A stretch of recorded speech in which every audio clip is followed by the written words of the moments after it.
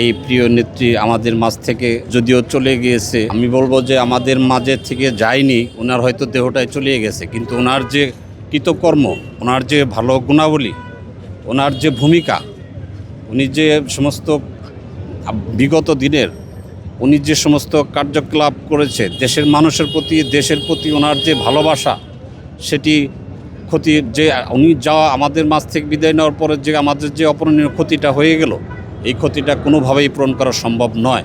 বাংলাদেশের মানুষের প্রাণে সে সারা জীবন রয়েই যাবে। দেশনেত্রী বেগম খালেদা জিয়া যেরকম চেয়েছিলেন, আমরা আশাবাদী তারেক রহমান বাংলাদেশের মানুষের সেই আকাঙ্ক্ষা পুরা করবে। আমাদের প্রাণপ্রিয় দেশনেত্রী চলে গেছে, প্রতিনিধি ছিল না, সে আমাদের মা ছিল এক হিসাবে। সামনে আমাদের নির্বাচন ছিল, আমরা আল্লাহর কাছে দোয়া করছি যে নির্বাচনটা যেন দেখে যেতে পারে, এবং দেখে যেতে পারবে না, সে তার আগেই চলে গেল। এটা ওনার সঙ্গে কখনো পূরণ হবার নয়, হবেও না। তবু আমাদের তারই সুযোগ সন্তান বিএনপি ভারপ্রাপ্ত চেয়ারম্যান তারেক রহমান, ওনার আশাগুলো, আগামীতে স্বপ্নগুলো যে আছে, এটা চেষ্টা করবে, এবং 18 কোটি মানুষকে নিয়েই ওনার আগামীতে তার মার যে বাংলাদেশ যে নিয়ে যে স্বপ্ন, সে স্বপ্ন পূরণ করার জন্য জনগণকে নিয়ে চেষ্টা করবে করার জন্য।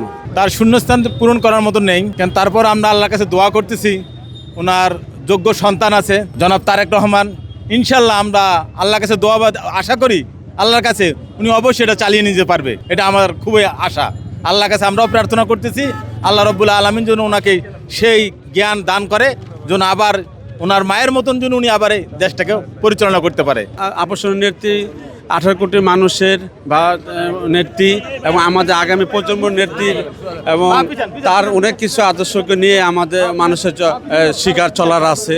এগুলোই বাস্তবায়নের জন্য আগামীতে ইনশাল্লাহ নেতাকর্মী সহ বাংলাদেশের 18 কোটি মানুষকে নিয়ে ওনার সুযোগ্য সন্তান ভারপ্রাপ্ত চেয়ারম্যান তারেক রহমান সেগুলো পূরণ করার চেষ্টা করবে। ওনার যে ভালো কাজগুলো, ওনার যে আদর্শের দিকগুলো, সেগুলো ওনার যে সুযোগ্য সন্তান দেশ বরেণ্য নেতা জনাব তারেক রহমান সেই কাজগুলোকে আমাদের প্রিয় নেত্রী, দেশবাসীর প্রিয় নেত্রী যে সমস্ত কাজগুলো বাকি রেখে গেছে দেশের জন্য, দেশের মানুষের জন্য, কল্যাণের জন্য, সেই কাজগুলো নিঃসন্দেহে দেশ বরেণ্য নেতা জনাব তারেক রহমান উনি সেই কাজগুলো পূরণ করবে, এবং দেশবাসীর জন্য, দেশবাসীর কাছে সবার কাছে দোয়া চাই আমাদের প্রিয় নেত্রী যেন জান্নাতবাসী হয়।